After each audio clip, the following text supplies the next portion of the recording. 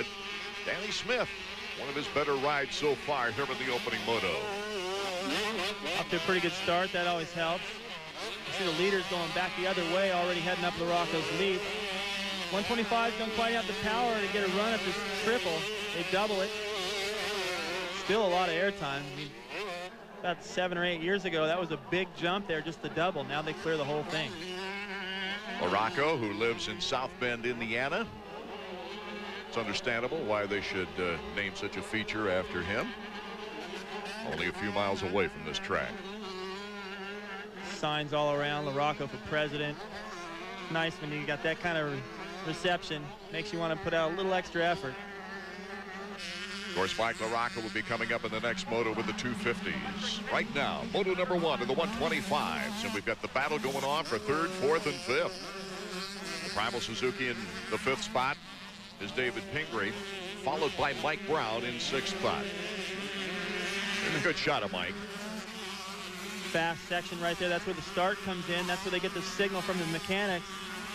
So much sand on this racetrack now. It's starting to form a little bit more of a one-line situation. I'm sure it'll get rougher as the day goes on. Pingree struggling right there, trying to get through the rush. You see the little bit better drive that Brown had through there. Pingree out for 4 races, breaking that shoulder at Hangtown. And here comes Mike Brown to the inside. Oh, close.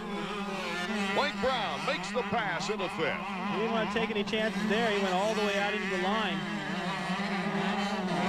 No contact, though. Nope, he was nice about it, but he went out there and made sure he didn't have any way to retaliate. Over the big triple there. They make this big banked right-hand corner, then they got the double-double. Watch what happens here. Brown the inside. Carmichael and Bolin have been using these 2 lines. You got 3, 4 lines. All of those are great lines you could take. He's like, nope, I'll just use Pingree for a berm. Actually, it was clean, no contact, but he did go all the way to the outside to make sure he could make that pass. Danny Smith trying to pick up on Ernesto Fonseca now in the battle for 3rd. I love this track today. Ernesto getting stronger and stronger in the outdoors. Of course, we've mentioned many times that his success in Supercross was immediate, but he's more used to the smaller tracks in Costa Rica than these large outdoor facilities. Behind Danny Smith, of course, is Mike Brown. He's hoping to race 4 more races here in the United States in between his GP obligation. We talked with him earlier. At the beginning of the year, Factory Connection, I asked him to help me with the suspension in Europe because I've never been over testing with them, and I did a little bit of testing here with the Factory Connection before I went over there, and then he set the settings over to my team, and he asked me if I did any races this year over here, could I ride for under his tent, and I was more than happy to do that. You know, it's a good team, and yeah, I just kept talking with him the whole time, and yeah, everything just worked out good. Mike Brown expected to sign next week for another year in Europe, and that would give him 1 more year and get his 125 Supercross eligibility back if he wanted to come back to the States as a support 125 rider like Talon Bolin has done. Ernesto Fonseca and Mike Brown against the blue sky coming off the big jump. It doesn't look nearly as hot and humid on the TV screen as it is. Don't let it fool you. Imagine having on all that gear.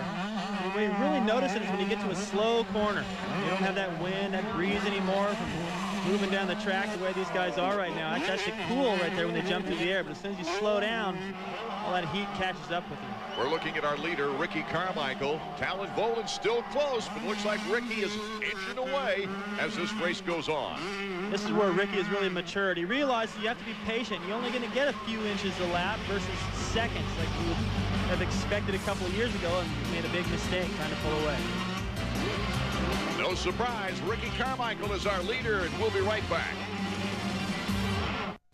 Extraordinary personalized service, no parallel fairways, Washington's only Jacobson-designed course, spectacular vistas, rated 5 flags by the Washington Times.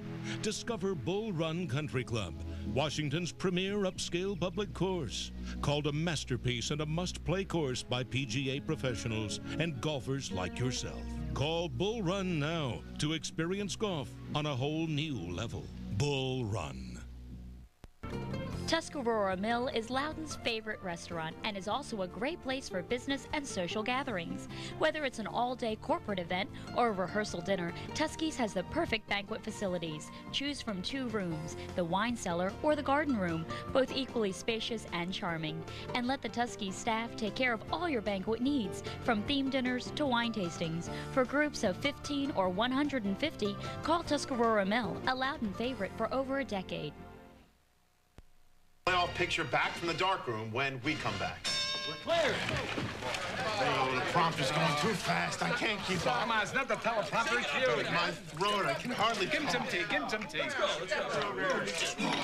Cut me. Cut me, Lou. Come on, baby, come on. Snap out of me. Don't be a lollipop. Get out there. Come on, tonight's your night. Well, without question, these days, the word on everybody. Sports Center, mornings, evenings, and late night, only on ESPN. Welcome back to Red Bud. The battle for 4th is on. Mike Brown to the inside on Danny Smith. Mike Brown moves into 4th. Danny trying to hold in there. The Factory Connection Honda versus the FMF Honda.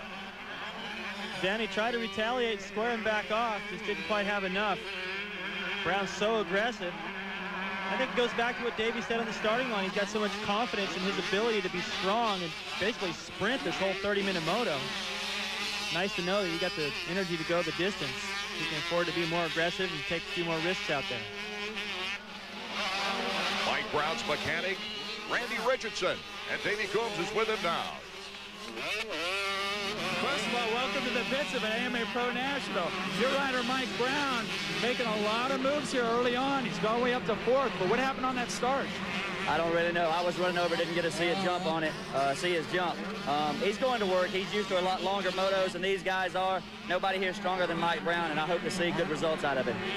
How's it feel working with the Factory Connection team for the first time? I tell you what, it's great to work with them, and it's an honor to work with Mike Brown, that's for sure. Those guys over there, LaRocco, Paul, Ziggy, they've all been great and welcomed us all in, and we're glad to be under their tent, that's for sure. All right, well, good luck. We hope to see you on the podium. Thanks. Me too. Mike Brown chasing Ernesto Fonseca. Listen to those bikes flat out through there. And it looks easy. This looks like a straightaway, but you got to line up in that rut perfect.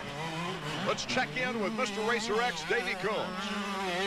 Hey, one thing to keep in mind about this battle between Mike Brown and Ernesto Fonseca, those guys might be going after the same job next year. The word on the street is that Fonseca is getting a lot of consideration from Factory Honda. As for Mike Brown, he says he's happy in Europe. Surely he is. However, you know, if Honda came calling, he'd come back to America in a hurry. So kind of a little pride out there. That would be interesting. They'd be calling them the Red Raiders instead of the Red Riders here pretty soon.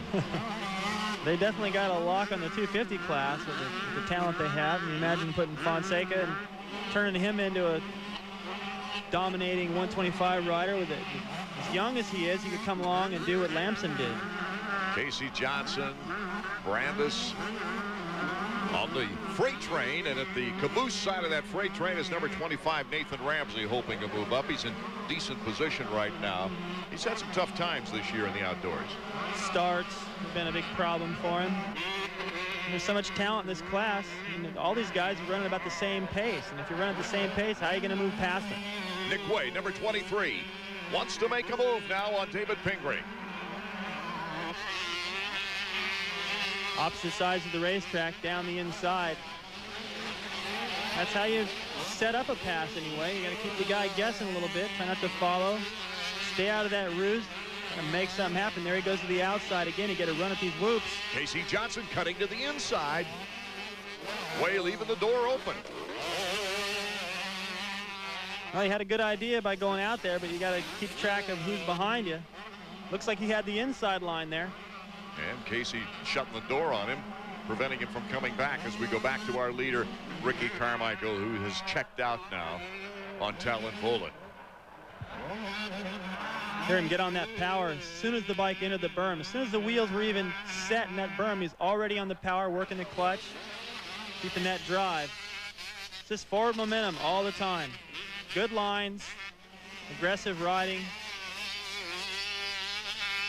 Eventually, he's going to pull away from somebody that's making a mistake here and there. That's what's been happening with Bolin. He's running about the same pace, but every once in a while, he'll make a couple of mistakes a lap, lose a little bit of time, and he can never make that back up. 23 Off the ski jump, David Pingree in 6th spot. Casey Johnson, number 16, Yamaha of Troy in 7th. Pingree's looking pretty good for just getting back on the track, David. He's looking very good. Whether he can hold off Casey Johnson's another matter, as he looks over there, and Casey very determined, making the outside pass try. He had to work for that. Pingree didn't let him off the hook easy. Over the triple, pulls off the tearaway. Clear vision now, and he'll be able to focus up the track. The leaders are gone. Let's start. It all comes back to that. Everybody wants to get the start, but there's only room for a few. Now Nick Way, native of Michigan, trying to make a move on Pingree as we check out the second place rider, Talon Vola, number 711. Got through that corner nice and smooth. You know, David, those who thought that Volan's wild style of riding will result in a lot of crashes this year have to reassess themselves. He looks like he's pretty wild when you look at him riding, but he's had a podium at every event. He has been consistent, and I'll tell you right now, I'm surprised that he is this close to Carmichael, making a series out of this to this point this year. I thought he would be fast here and there. I was impressed with the way he caught and passed Carmichael at the opening round, but I didn't think it was going to last, and he is here to stay. If Carmichael makes any kind of mistake or gets hurt during the week practicing, this title will belong to Vola. Vola had a slide out there at Glen Helen, but he kept his motor running for second place finish in that moto. That's the only crash this year. We'll be right back with more 125 action. Would you look at this? This Suzuki is off to a great start. Michigan, a hot and humid day in the Midwest. As Ricky Carmichael continues to lead with Talon Vola in second place, we're looking back at Ernesto Fonseca. He's in third place. This would be his best moto finish if he can hold this position. Previously, he's had 2 motos where he finished in 5th spot. So this is very encouraging for the 125E Supercross champion. And it comes back to the start, remember? He was right up front. He had a little mistake right here in this corner coming up in the first lap, but still he's been able to rebound nice. Can he hold off the veteran Mike Brown? Mike Brown makes the pass on the inside. Something about that corner that just doesn't agree with Ernesto. That time he went wide. Probably didn't realize that Brown was in there coming in that hot. Brown trying to cut him off on that corner. And Brown going wide there, surprising me. Giving Ernesto the chance to come right back in a similar move. These guys aren't looking in their mirrors very well. You just don't go to the outside when you got somebody charging behind you. Ernesto tried to sneak a wheel to the inside there, but Brown keeping possession, looks back on the lead. Even if it's a slower line, you still want to protect the inside. Don't want to give somebody the opportunity to sense a weakness, be able to get in there and steal the position back. Taking another look at the pass. Yeah, Ernesto comes into the corner. Right there, he should have just gone to the inside. No reason why he should have gone to the outside there. He lost the position. I understand that maybe that was more comfortable in that line. Maybe that works better every lap when he's by himself, but not when you got somebody breathing down your throat. The Outdoors Nationals is not a matter of comfort. Jeremy McGrath, remember the year he won the championship, the 250 championship, said, I just had to learn to just blast through those ruts. Here comes Ernesto right back again, recapturing third place. This is the only battle within the war, and that's for third place. Ernesto Fonseca back in the position where he wanted to be. Well, Brown hugged that corner before the ski jump so tight he got in there and got in all the mud when they watered the track heavily in practice. Fonseca got him back, but knowing the conditioning that Brown has under his belt, maybe this isn't over yet. Time running out as Mike Brown in 4th spot. He's kind of having a, I don't know, it's his last quarter of a lap or so, he looks like he's backed off the pace. Telling is the way he's riding. Here's our leader on the white flag lap, Ricky Carmichael. Ricky has won 3 of the last 4 motos on this track, and it looks like he's pretty close to making it 4 out of 5. That'll feel good. Something very bizarre would have to happen for him not to accomplish that feat as he looks back, checking out Mike Craig, number 19, of whom he's lapped. Just easily going over the double. Looking around a little bit, keeping tabs, making sure Bolin isn't making some last-ditch effort coming out of nowhere. He can do that.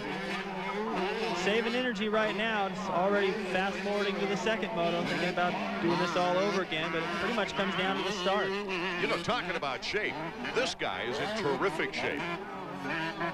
He has to be, to do the things he does, to attack the track, go as hard as he does on the first lap, knowing he's still got over 30 minutes to go. A leisurely ride toward the checkered flag. Good thing, gave him time to get the checkers out. Ricky Carmichael takes our first moto of 125 action from Red Bud. Something must have happened to Mike Brown as he ends up in 5th. Casey Johnson beating him for 4th spot. But our winner is Ricky Carmichael. Let's go down to Davey Coombs, who's with RC. Ricky, another good start. Looking good, talent bowling right on you, but he made one mistake and bang, you're gone.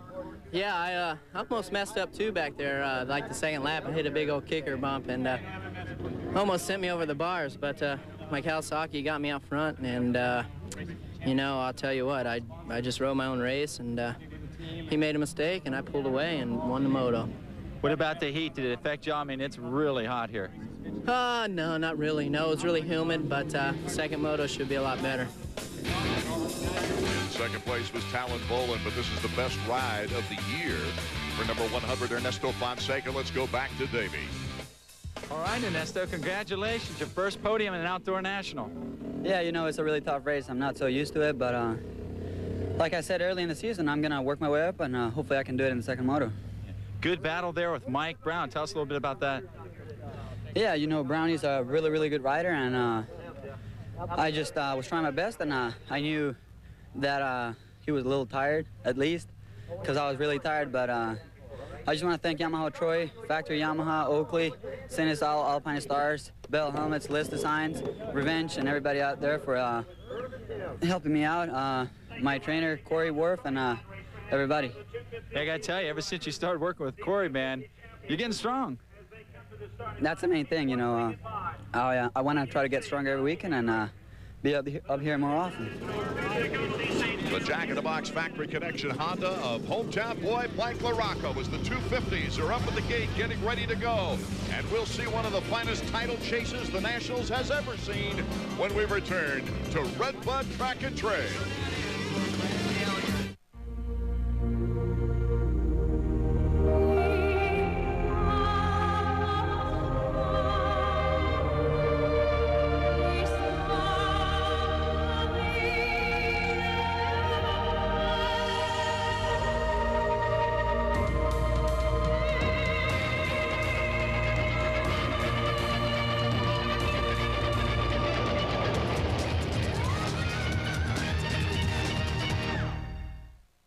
Yaffa blocks. Interlocks. Yaffa blocks. Stacking blocks. Yaffa blocks are like furniture. Better. Interlocking storage blocks. Stack any which way. Stack them right up to the ceiling like two skyscrapers. Snap on a Yaffa closet rod. Wow! An instant closet. Throw your stuff into the Yaffa block drawers. Poof! Your room is spotless. Go Yaffa. 1-800-GO YAFFA at Linens and Things.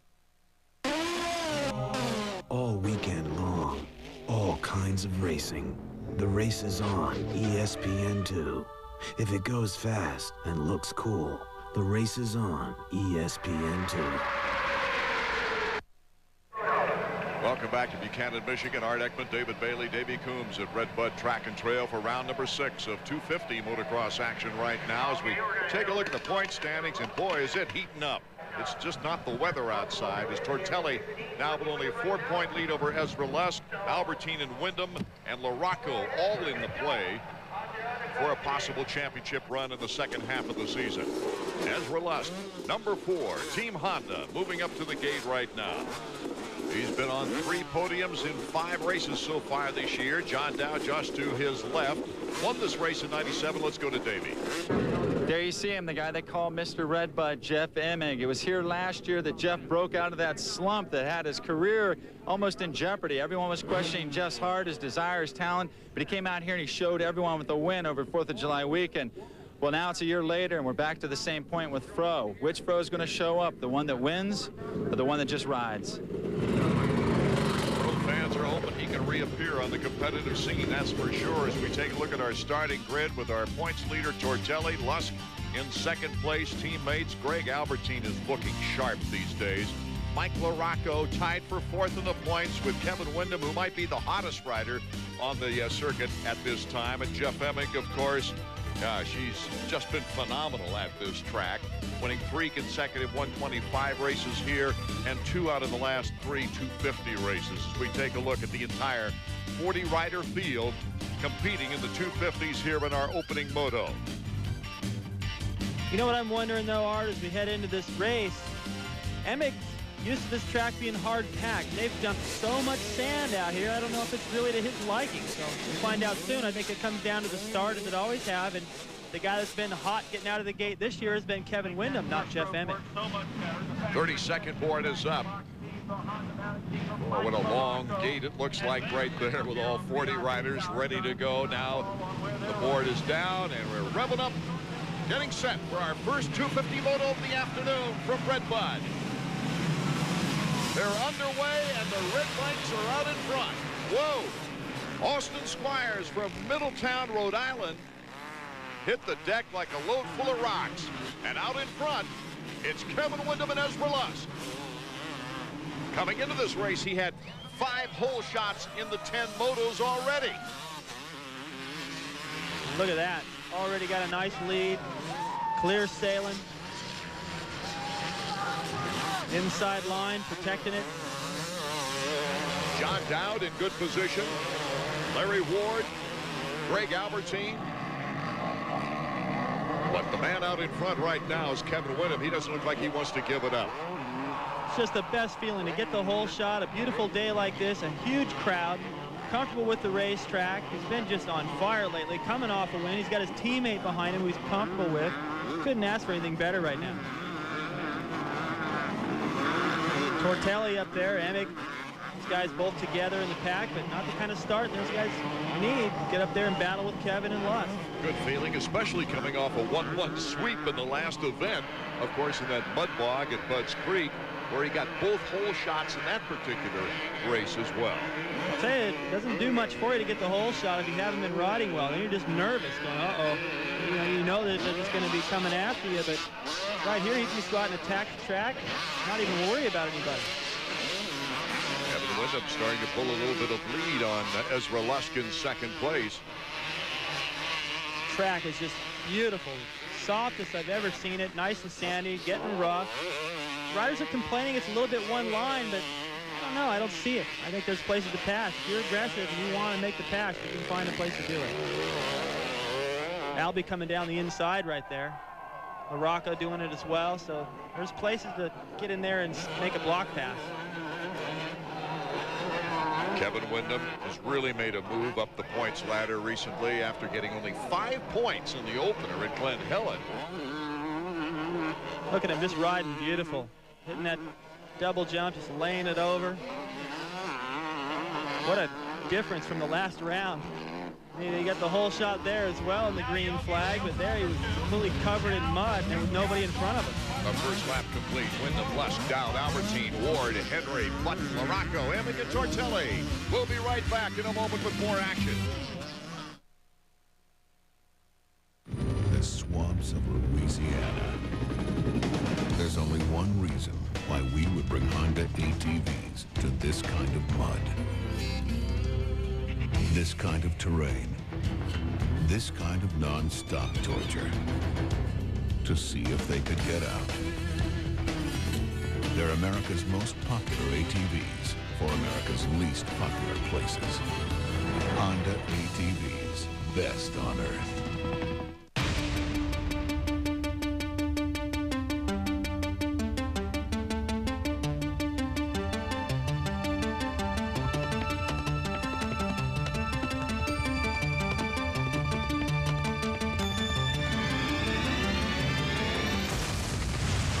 Dianetics by L. Ron Hubbard. It's the owner's manual for the human mind. Buy your copy wherever paperbacks are sold. If you have thinning hair, call 1-800-HAIR-CLUB now, and we'll send you our new 40-page hair loss update. It covers the most up-to-date information on Hair Club's most natural-looking, non-surgical hair development to date. You won't believe some of the hairstyles that you never thought you could have again that are now attainable through this method. So whether you're brushing your hair back, coming out of a pool, or just roughing it up, it looks and feels just like your own hair. Remember, call 1-800-HAIR-CLUB now and get your free booklet. That's 1-800-HAIR-CLUB. Have you ever considered a career as a commercial diver? If so, there's no better school to give you the training than Divers Institute of Technology.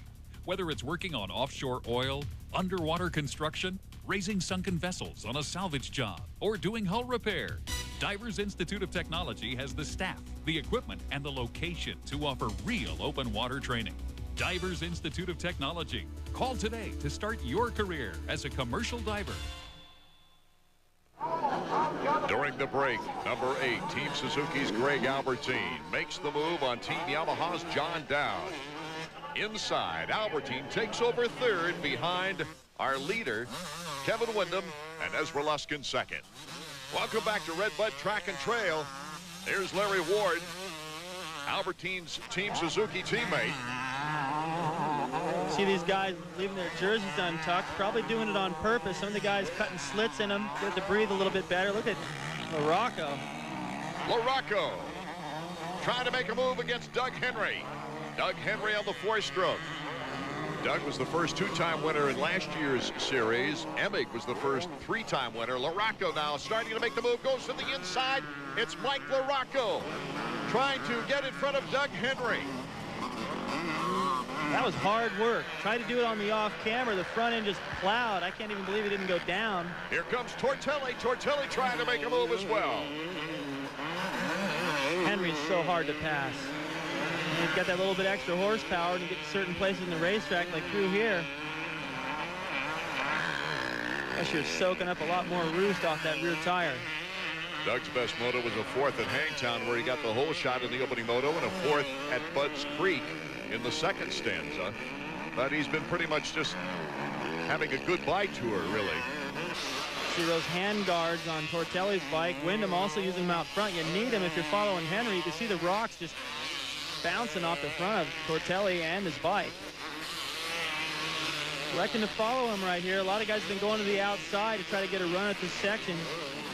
Tortelli just decides to follow him right there, not wanting to give up any ground at all, not even a bike length. That might ruin an opportunity in the very next corner to make a pass as they head up the hill for that LaRocco's lead. Look at this air time.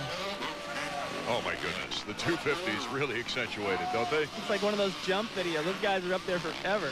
So well over 100 feet. Tortelli, really an amazing story this year, despite poor starts for the most part and lots of crashes. He still has the points lead. That's an idea of how tough this guy is. He's gotten the worst starts of this whole front 5-6 rider pack in the point standings and fallen the most times. Just think if he gets that stuff ironed out, he'll be gone. At least on paper. Tortelli looking for the chance against Doug Henry. He's just all over him. It looks as though if he can get around him, he'll pull away. And this could mean the race right here. Tortelli has the speed to go up and finish in the top 2 or 3, but if he can't make the pass here, he would ruin it. Good example right here as Tortelli tries to get a wheel to the inside on Henry, but just can't do it, and Henry gets that acceleration out of the corner. Meanwhile, in the lap time here, Tortelli is going to lose probably 3 seconds. Oh, Henry spun the back wheel, and Tortelli, he got lucky. That's what happens when you don't follow. So Tortelli moves up a notch. Let's check in with Davey Coombs, who's with Mike LaRocco's mechanic. Well, not the start Mike wanted, but it's not Beto either. He's about 6th. Yeah, he's still pretty good. He got by Henry early in this race, so we're going to go somewhere today. Usually he gets stuck behind Henry for like half the race and wears himself out, but he got him early, so we're going. You know who else always has problems passing? Tortelli has problems passing Mike. And right now, same thing. Tortelli's behind him. Does that push Mike? Does that motivate him? It does for sure. Those two ride together good every time they get together, so hoping it pushes them both right up there. We'll soon find out. John Dowd will be their victim if they do. LaRocco to the inside, Tortelli to the outside. Watch him just cut in behind LaRocco. Tortelli. Picks up another spot, and that was just a little mistake by LaRocco, probably because he felt the pressure from Tortelli. Knew he had to get in there that inside, hit it perfect. Front wheel went over the berm, and that's all Tortelli needed. So now you could go probably get a bite from Tortelli's mechanic going, okay, we'd have the hardest time getting around LaRocco. We got him early, so we're going somewhere. Or we have the hardest time getting around John Dowd. We've got to make a move. Tortelli, LaRocco, Henry, Button, Lamson. As you see the order of things, out in front, incidentally, if you've just joined us, is Kevin Windham of Team Honda, Ezra Lust, right there, number 4, and Greg Albertine. Albertine now has pulled up to almost the back rubber of Ezra Lust in a battle for second place. Tell you, something happened to Albertine at about round 2 this year, and he has just turned into a completely different rider. He's been more consistent. He is so motivated. He believes this title is his, and the way he's riding right now, I got to agree with him. So Ezra Lust, after giving Kevin Windham consistent pressure, is getting pressure of his own. We'll be right back. Hi, I'm here today to talk to you about buying a car and reestablishing your credit. You know, I know there's a lot of used car lots out there where you can make weekly payments, but then no one knows except the car lot that you're paying your loan on time. At the Auto Spot, we can guarantee your approval with a bank that'll help reestablish your credit. So if you need a good quality car that'll last the term of the loan and you're serious about reestablishing your credit, you need to find the Auto Spot, located directly behind Jerry's Ford in Leesburg.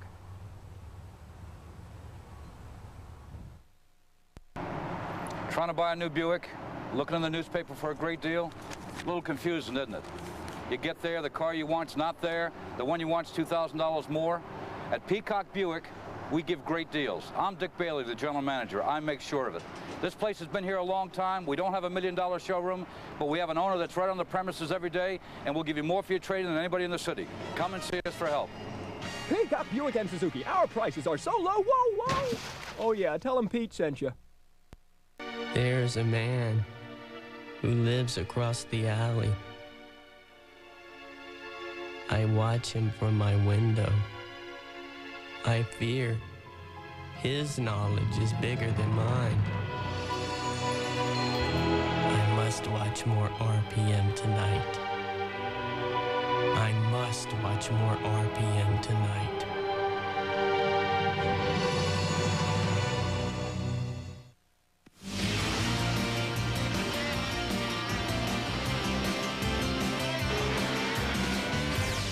AMA Motocross is brought to you by Mazda. Mazda, get in, be moved. Kevin Windham is our leader as we rejoin our first moto of 250 action from Red Bud Track and Trail, round 6 of AMA Motocross. Kevin has been absolutely perfect in picking his lines through this rutted course. But right now, Ezra Lust in second place is getting a big challenge from Greg Albertine. He's doing exactly what he said he'd do before the season started. That is, get in position to win a championship, and I'll win it. I'm speaking about Greg Albertine. There's Ward, Dowd, and Tortelli and LaRocco.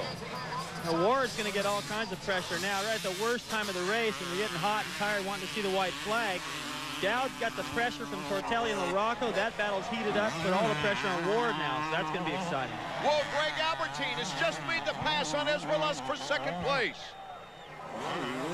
Right at the time of the race where you're starting to lose your concentration a little bit. Like I said, you're kind of wanting to see that 2-lap more to the white flag would be even better. And that's when Albertine starts to get even hungrier. Usually that's when Lust is fast, but it gives you an idea of how hungry and how hard that Albertine is charging right now, and he can see Windham just up the track. Albie still has the time in this moto to catch the leader, Kevin Windham. Let's go down to the mechanics area now. Davey Coombs is over there. Davey. All right, Joey, 100 down, one more to go. Greg looks incredible. Yeah, he's feeling good. I think he can do it. See what happens. Looks like he's using some different lines too. I noticed him using the far edges of the track. You think that's from his GP days? Yeah, Greg's good at that. Just like the mud race at Bud's Creek. Use a lot of outside stuff. Saves a little energy. Sometimes it's a little faster. We'll see. Thanks. Well, you know he's in great shape, David Bailey, as Albertine is one of the best conditioners out there. Appears to be the fastest guy on the racetrack. Possibly he and Albert Tortelli right here is just working, trying to find some part of the racetrack to make a pass on Dowd. Maybe he's found one as they're going all out down that hill. Tortelli makes the move finally and gets into 5th place. He just floated into that berm. His line from the outside came in there perfect. And LaRocco's trying to take advantage of it as quick as he can as well. LaRocco just fought all the way down that straightaway because he messed up coming out of the berm.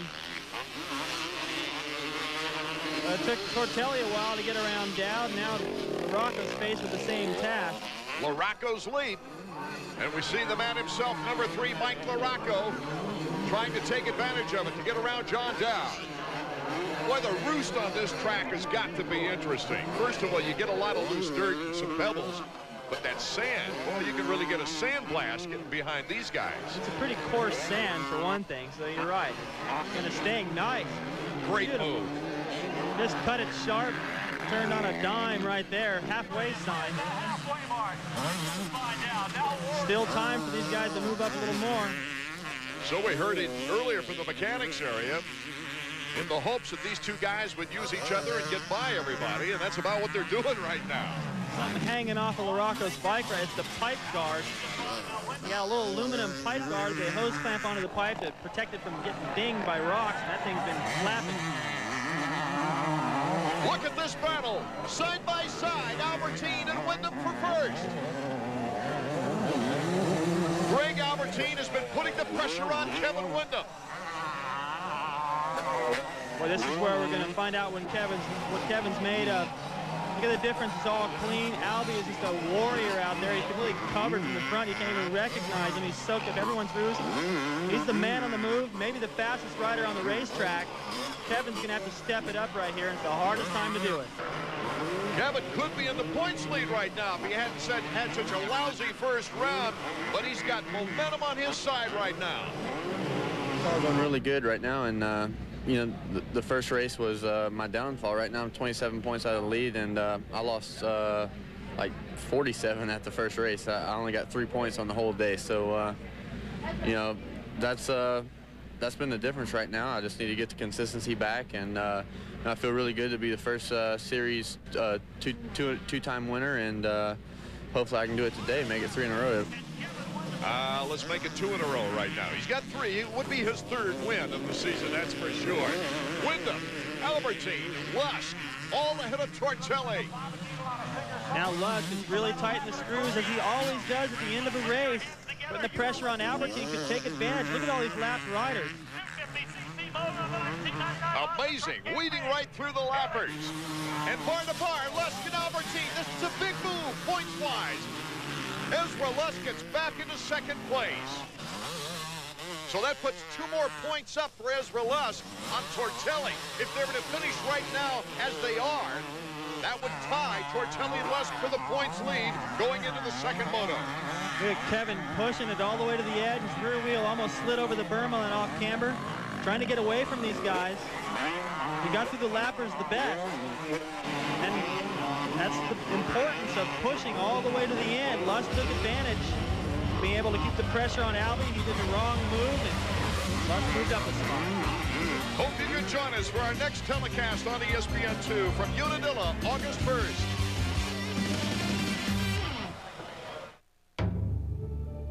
It possesses a passion inspired by the world's fastest Falcon.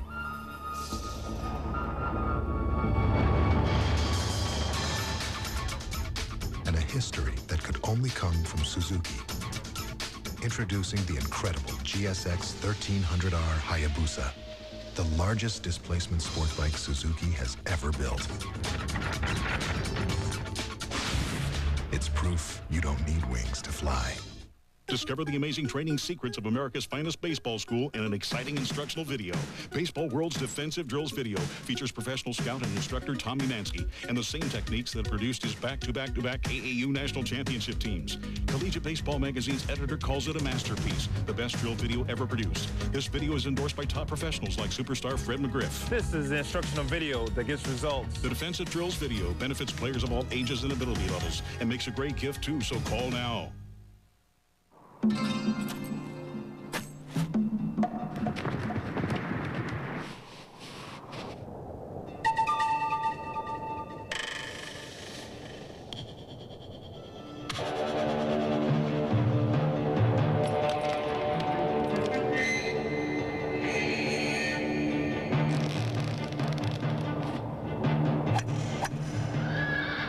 Duval Woods, live August 2nd at 8 on ABC. Welcome back. Time is running low, but this guy has done quite a job. Kevin Windham has held off the advances of Ezra Lusk, and then a bar-to-bar battle with Greg Albertine. He has run a near-perfect race. It better be perfect from here on out, too, because Lusk is right there. And now there's a little bit of a gap back to Albertine, and he just caught up to all those lappers in the wrong place, and it just ruined his race. Number 14, Kevin Windham. Team Honda trying to hold off his teammate. The crowd is going nuts. They've seen an outstanding race here in the opening moto of the 250s. Could this be his third moto win of the season? David, he's got a great string going. It's momentum on his side. He's proved to this point that he's got the stamina. He's actually stepped up the pace, answered the call from Albertine. Lusk is right there keeping him honest, but I just don't know if there's an opportunity from here to the finish line for Ezra. Windham just bound and determined to get back into the points race and in contention for the championship. That's how you do it. Keep winning motos, and you start occupying a lot of space in these other guys' heads. Start worrying about you. They know that he is the dominant guy, and they start keying off you. The same thing everyone does for McGrath in the Supercross series. They're so fixated on him, they don't get the most out of themselves.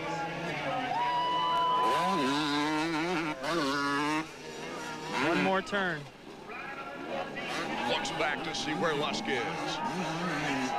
The crowd waving him on as the checkers now are out for Kevin Windham. Ezra Lusk just right behind him.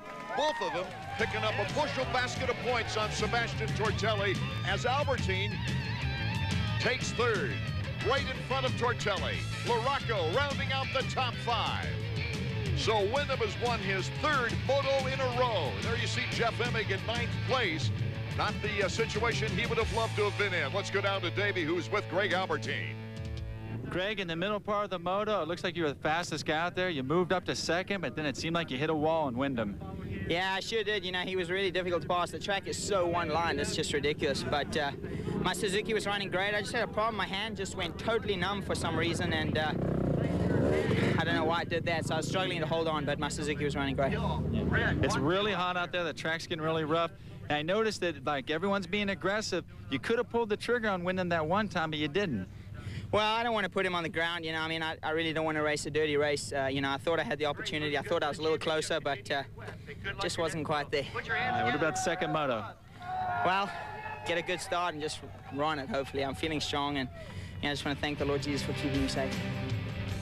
Ezra Lusk now tied with Tortelli for the points lead going into the final moto as Ezra made the big move on Albertine right here. So Davey at the winner's podium, moving over now to Ezra.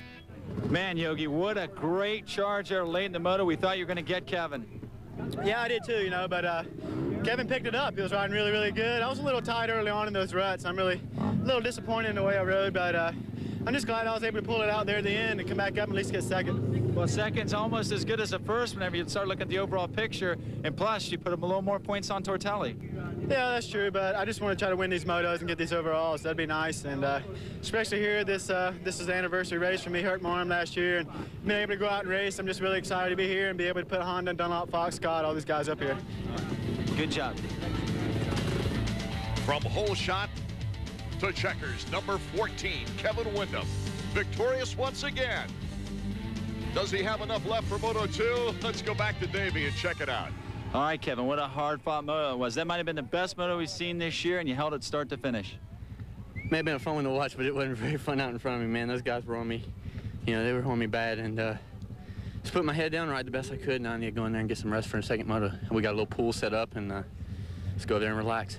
I know a couple weeks ago at Budds Creek, we saw you do really well in the mud. It was cold, it was rainy. Come out here today, it's 100 degrees. Same Kevin Windham out front.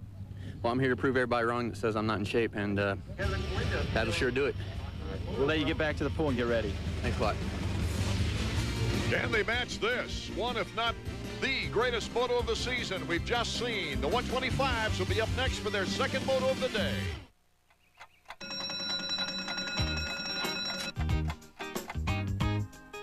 Lots of big pressure coming in from the west. That's going to bring in all that great big sunshine. That's your big forecast. Now, get out there and make it a big day. It's easy to spot someone who rides a Yamaha Roadstar. With its huge 1600cc engine, it's more than the world's biggest V-twin cruiser. It's perfect for those little rides into town. If you run your own business, you can get a free trial version of QuickBooks from the makers of Quicken. Stay tuned. That one of your new designs? That's QuickBooks, my accounting software. I'm using it to write checks for paying bills, even prints them out. I can see who owes me money or how much I made. I even created an invoice using my own logo. Can it help track their time? Time tracking and estimating is easy with QuickBooks Pro. Okay, bring on the free trial. Call for your free trial. You've got nothing to lose. Call 1-800-344-8300. Al Unser Jr. In his very first race as a mere 20-year-old boy, he had the brazen audacity to lap his own father. Bravo, Alfred. Kart Racing, Sunday at 1:30 on ABC.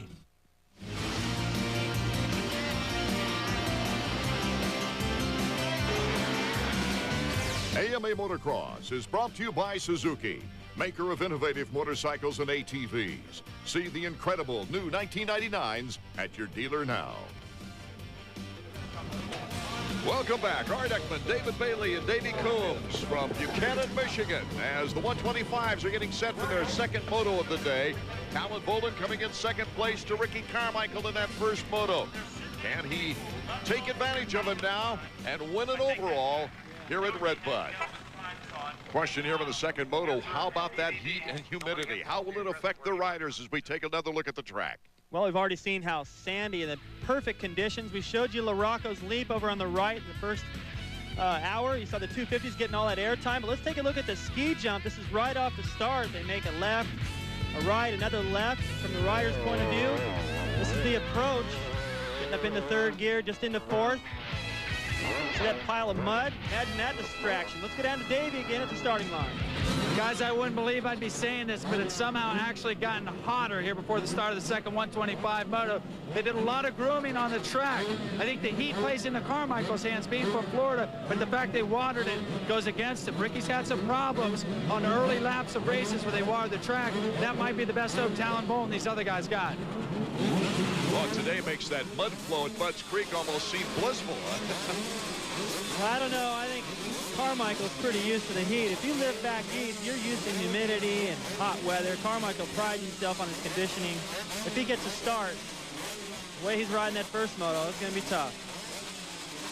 Okay, the 30-second board is down. We're ready to go for our second 125 moto of the afternoon. Can someone put a challenge to Ricky Carmichael? Nick Way in good position. So is Ricky Carmichael, though. Nick Way gets the whole shot. There's Carmichael right behind him. Another great start for Fonseca as well. Mike Brown up in there in the top 5, it looks like. Paul Curry, number 46, a surprise in third place. That scares me, the way they go down the right side of that straightaway and they got to dodge the tree at 50 miles an hour. Nick Way after a 6th place in the first moto. Oh, look at Ricky Carmichael. He picked off a hay bale, it looked like a little bit. Symbolic of his intensity in that opening lap, already going for the pass. Makes it to the inside. Nick Way, his pro circuit teammate, all of a sudden in 2nd place. So Ricky Carmichael wasting fewer precious seconds in this moto than he did in the first, is out and running in first place. I just don't think he wants to get dirty. That could be part of it. I don't know. Talon Bullen should have used some of that money he won at Bud Spring to get the water truck guy out here and just get a massive mudslide. It was a little bit muddy in practice here and there, but the track has really worked up nice. It's one line here and there, but right here are the two lines. Plenty of place to get around. Carmichael's found its way to the front both times. Doesn't have to work that far around, but check out this pass again. Gets up there, stays on that off camber, gets in the berm, hooks up perfect. Nick Way's going, I should have thought of that. Boy, you have to keep your power up on that off cam, don't you? As long as you're in that rut, you can get right back on the power. If the rear wheel slides over it, you're down. Nick Way in second place. He's still looking for the best finish of the year. And Talon Bullen right there in third. That's what I'm talking about. There's plenty of lines getting into that corner, down the inside, the outside, and the middle. There's one berm, but there's plenty of lines to get there. Number 49, Michael Brandis. He has one podium on the year, a third place at Mount Morris. Nick Way trying to stay with his teammate here. This reminds me of the season opener.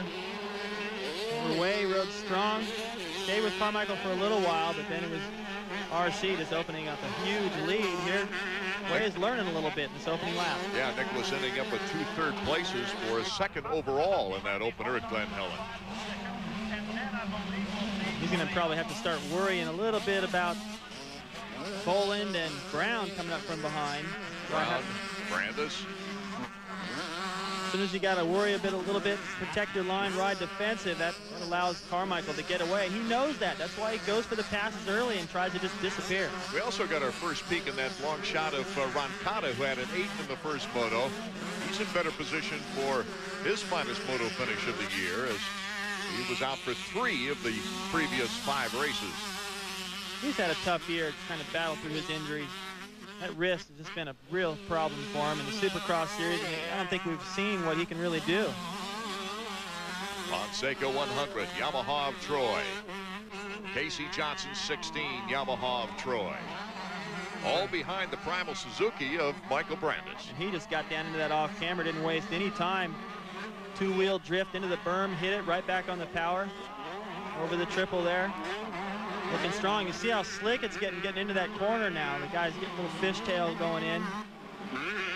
This is where the skill of motocross, your ability to adapt to the different conditions. Look at how much different it is now in the second moto. Bumpier into the corners, a lot drier and slicker this time. Fonseca with a lot of rebound. Carmichael, our leader. Way, Boland, Brown, Brandis, Fonseca, and Johnson, our top 7. We'll be right back. At a standstill, it might be compared to other sport bikes. At top end, it might be compared to other sport bikes. But at each and every mile per hour in between, comparisons become insignificant specks in the mirrors. The TL1000R, the only one of its kind on the track, from Suzuki. You know, ideas and inventions come from people in all walks of life. Do you have an idea for a new product or invention? If so, Invention Submission Corporation has information to help you get started. ISC is America's largest inventor service firm. Call now and learn how to submit your idea to companies through ISC's databank and apply for a patent. Even if your idea is just to improve an existing product, call for ISC's free information. For your inventor's information, call 1-800-652-0101. And our Craftmatic Model 2 adjustable bed is so relaxing. It may even temporarily provide relief from my low back pain, Harry. Yet it costs up to 56% less than a quality flatbed. I adjust my head and feet and fall right to sleep. Call toll-free to get free information by mail about the Craftmatic Model 2 adjustable bed. This wonderful bed adjusts to hundreds of relaxing positions, offers optional warm, soothing heat, and relaxing built-in massage, yet costs up to 56% less than these quality flatbeds. Up to 56% less. Don't pay more to remain flat. Call toll-free and get complete free facts by mail about the adjustable bed that costs up to 56% less. Call to get Craftmatic's free catalog right away. There's absolutely no obligation. Call toll-free 1-800-344-8300. That's 1-800-344-8300 toll free. 1-800-344-8300. We're back with 125 action from Red Bud Track and Trail, Buchanan, Michigan. Art Ekman, David Bailey, and Davey Coombs. Ricky Carmichael, here in the early going of the race, has taken over the lead and is just starting to take away with it. Talon Volan trying to stick with him as best he can. Now, Talon really showing everybody, I think, that he's better than the rest. The young upstarts hoping to someday be the Jeremy McGraths, the Ezra Lessons, etc. They're a couple of notches behind the veteran Talon Volan, who's a notch and a half maybe behind Ricky Carmichael. Frustrating place to be, because he's just pretty much stuck in second. Unless he has a phenomenal ride, he can expect to get around. Not in this particular moto, of course. There's Nick Way holding down second, but so far, you're right. And, I've been in that position before, and you try so hard, you can't make up the difference. You're better than the rest, but you still can't catch the leader. And but you know what I like about him? He just doesn't give up. He keeps trying. He charges the whole time, and he has a pretty good attitude. No matter what the outcome, he's always trying to think of a positive way to reflect on it and take it into the next week going, maybe that'll be mine. Talon's one of those guys that likes to split the jerseys to get airflow through there, especially on hot, humid days like today. Look at him work through there. Nice timing that time. Kind of bounced into that second big roller and hopped all the way over the third one. You get a little bonus on the backside. He's going fast. The problem is in his 125 classes, everyone's going pretty fast. You get up front, it's so tough to make up time. And if you lose any by making a mistake, making that back up again is just about impossible. So that's what's so tough about beating Carmichael. He doesn't make any mistakes, and he rides fast the whole time. Talon with a third place at Glen Helen, then 2 seconds, and then a third before his victory in breaking up this young man's string. Taking a look at the Suzuki stopwatch and the interval between first and seventh with Ricky Carmichael already through our picture. Got about a 5-second lead over his teammate now. Talon's really starting to close it up though on Nick Way, and a big gap you can see back to fourth. A huge gap, and there's Michael Brandis in fourth with Mike Brown in fifth. Ron Cotta in sixth, and Brock Sellards in seventh. That's pretty impressive for Mike Brown to just show up and be running up front with these guys. Dyson, I think he's only going to get better as the series continues. In the next races, he's able to go out and compete, and he's going to get more used to this pace, more used to the riders he's racing against. And if his starts are as good as what he's gotten today, he might be able to sneak in a moto win somewhere. He's got that kind of resolve and experience. I'll never forget his first win at Washougal in the 125 ranks, where he got the chance to shave the facial hair off his mechanic. And to the inside, there's Stefan Roncada in the battle for fifth place. Mike Brown will have to take a back seat to Roncada, who's coming off that injured wrist. A little bit surprised Brown went all the way to the bottom there. Just not to realize Roncada was that close, or just doesn't have that off-camera corner wired. Sometimes in a moto you just can't get comfortable with your lines and you keep searching for something else, and that time the outside just didn't pan out for him. Whoa! Oh, Mike Brown does a header. It's rough getting into that corner, and he got a little crooked, started swapping. It's right back up. There goes Sellards. You getting that loose stuff there inside? Another Brandis moves back a spot as well, so Ron Cotta coming off that injury, starting to show us what he can do. Ron Cotta in fourth place. His best positioning since coming back at Bud's Creek, where he got a 14th and an 8th place in the mud. Fast through there, got into that corner nice. That berm though, the berm's changed throughout the entire race, and you see how they get a little hook at the end. Slows down all your momentum. Sometimes you got to plan ahead for that. That's where Carmichael's really skilled. He'll get into a berm and know that, okay, about 2 more laps, this thing's going to be ruined. What I need to do is cut out about 5 feet before the end of it, keep my momentum strong. Ron Cotta was able to race in the opener at Glen Helen before the injury, but had a 17th overall there. Very disappointing performance. And then he got hurt before Hangtown. Let's go down to Davey now, down in the mechanics area. Hey, one of the things that makes Ricky Carmichael so tough to beat in the 125 class, he uses every inch of the track. Check out this line as he comes down the mechanics there. Carmichael up on the grass, trying to stay out of the loamy stuff. He's got a big lead, but he charges every lap, every corner. That guy's a true champion. Part of that's just having fun out there. He's just going around using everything he can, probably just trying to dazzle the fans a little bit. Plus, it is a great line. It sets him up perfect for the right-hander that he's approaching. RC has won 3 of the last 4 motos at this track. He was victorious last year and took a 2nd place in '97. Look at the way he comes from the outside, works his way back to the inside, up high. That's where he made the pass for the lead. And you're right, Art. His lines are dialed in all the way around this track. So we'll likely see the battles for 2nd, 3rd, 4th, and 5th when we come back. TS this July, the fuse has been lit.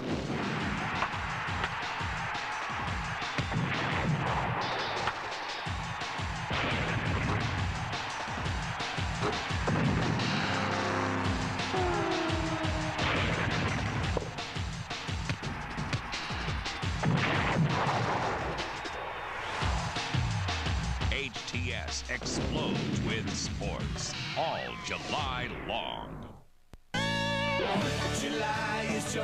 July is jumping at Toyota, and it's got people jumping just like the old days. Jumping into Toyota Camrys, because now you can buy any Camry sedan from stock and get $500 cash back from Toyota.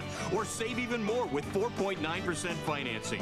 Or take a low payment lease, just $219 a month for a Camry equipped with air, automatic, and a lot more. So better jump on it now. The deals are hot, 'cause now Toyota's jumping. Old school, yo. 1, 2, 1, 2. Old school. Ha. Take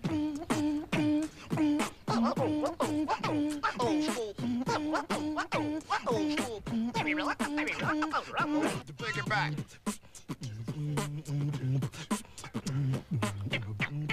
Nah. Let's go back. Even way back. Old school. You've got to call 1-800-CLASSIC to get ESPN Classic.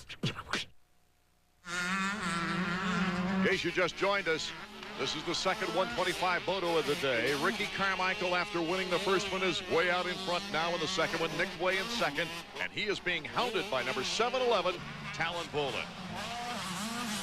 Off the ski jump. Check out this line all the way on the outside. Right into the shadows there next to that tree. It makes me nervous every time. I would not like going that close.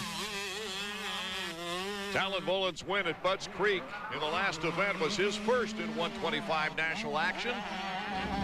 Well, I'm very happy coming off a win here, and I win last week, and I'd like to do it again here, get a little bit of more momentum in my favor. And I really felt that the time was coming. I was a little bit bummed out at South with Ricky Rode really strong there, and I was expecting myself to beat him there, and I didn't really have anything for him there, and I was kind of bummed during the week, but I've been working so hard, and my discipline's been working so good for me. And when I ride the bike, I was riding so well, I said to myself, just keep the same work ethic going, and it's going to pay off. And sure enough, the next week, next thing I find myself 13 points behind him, which is how much I was behind him after the very first race. So after 5 races, I'm right there, and this will be the halfway point today, so I hope to get a little bit more on him.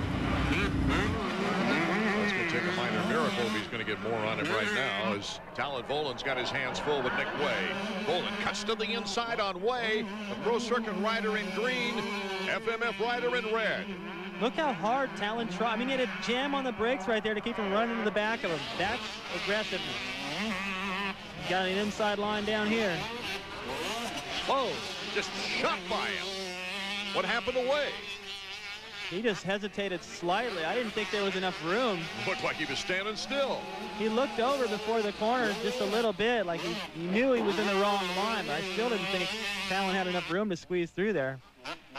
Talon Bolin in second place, and if Ricky Carmichael should go down or have some problems, we might have an interesting situation. Yeah, see, Nick just looked over slightly, and Talon, there was inches between his bike and Nick Way's foot.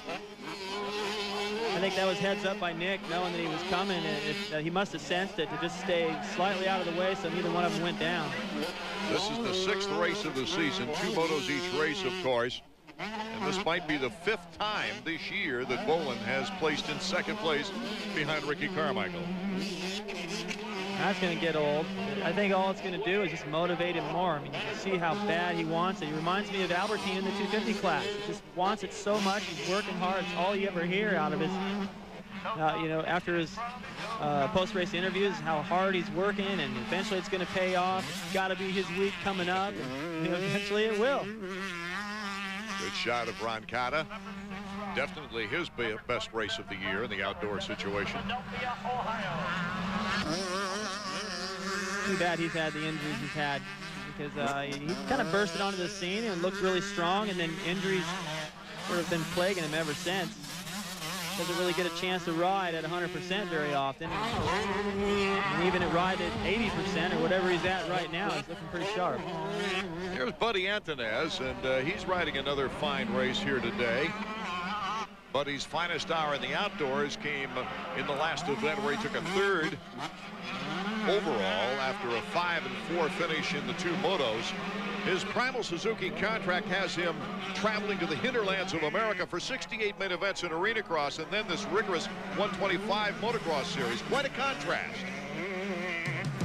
I'm in really good shape right now, and I've been working really hard every week to come out here and put in some good rides in these 125 Outdoor Nationals and show these kids I can still get up there and race with them.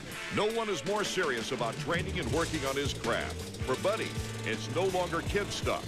He's 26 and has a family to feed. Right now, at my point in the career, my family does come first, and if it's a matter of staying in arena cross to make the more money, then I'm for sure going to do that, because you know, I've made my career out of racing motorcycles, and I've made a living, and that's what I need to continue doing as long as I can for my family.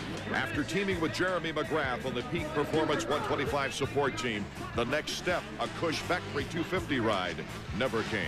It was fun racing with Jeremy back then, and I had some strong rides, and to finish second to Jeremy McGrath in the Supercross Series, I didn't think it was all that bad. Yeah, you know, I had to hit the pavement and do the privateer thing. I think it's made me a better person and made me accept everything I have now and really take it all in for what it's worth. Since those days, nothing but good has come Buddy's way. 3 consecutive arena cross titles has made him a household name at the grassroots of the sport. Or like Jeremy McGrath has done in Supercross.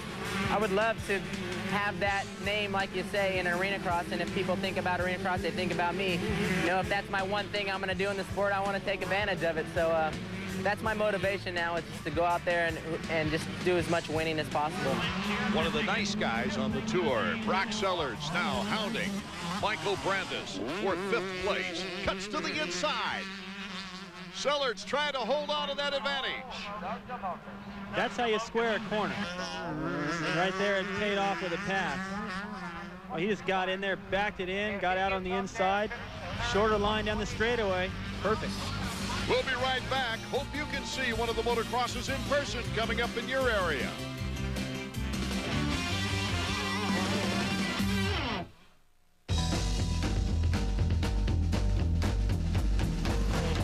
I got a new car with the red tail lights like blue on the corners and it's hung in tight. It's got a rag top and a contour hood. She goes up, up, up, up, up, and she's rocking. Let's go! The 1999 Mazda Miata. Set it free, and it'll return the favor.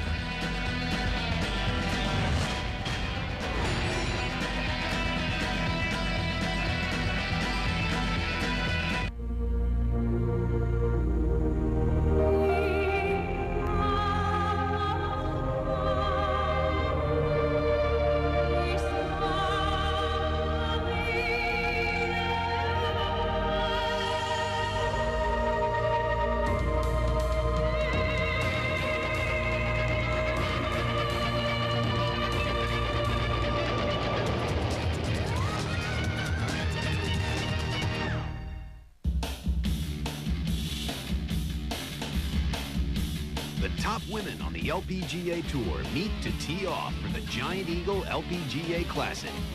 Coverage begins Friday at 1 on ESPN2.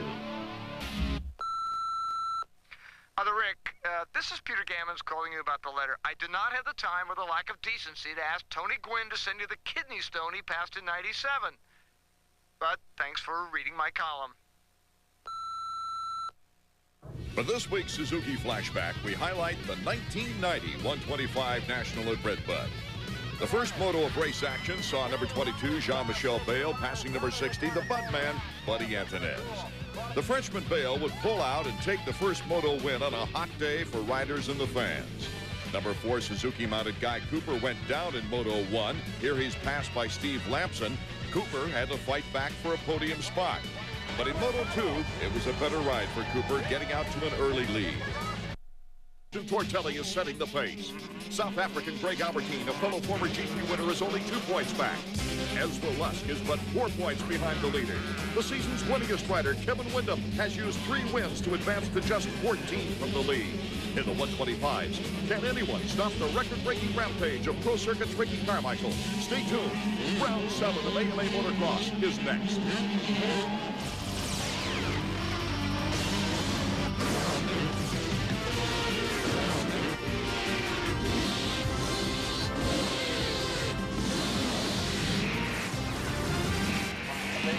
Hello, everyone. Art Ekman, David Bailey, and Davey Combs with you from Unadilla Sports Center in New Berlin, New York. It is the 30th anniversary of this great old track for round number 7 of AMA Motocross. The 125s are at the gate, and it is truly an experience to run on this Unadilla track. It is a privilege to race here at Unadilla. It's so beautiful, so much history here. The first few times they raced here, though, it rained, so looks like they won't have that problem today.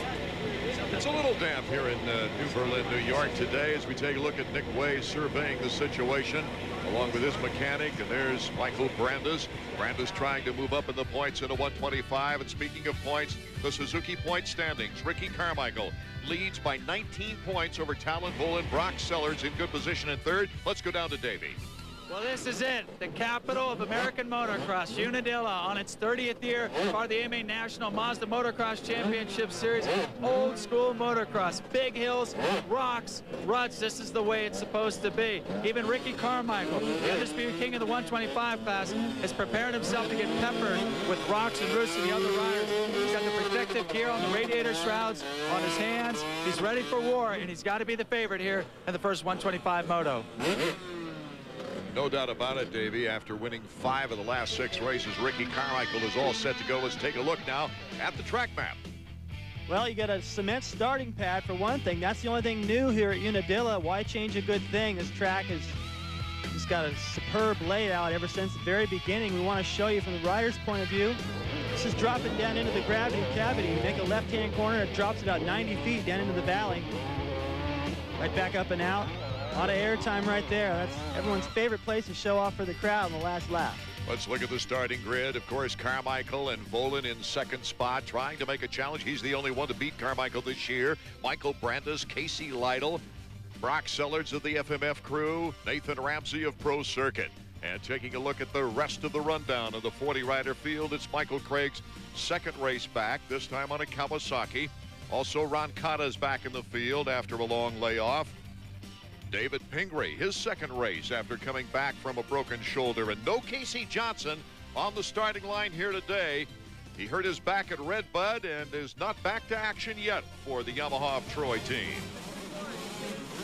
Starting to rev up, starting to get nervous. There's Buddy Antunez, number 54, the Arena Cross champion. 25, Nathan Ramsey, Nick Way, Michael Brandes, and Brock Sellers as the 32nd board is up, and we're just about set for our opening moto from this great track in New Berlin, New York.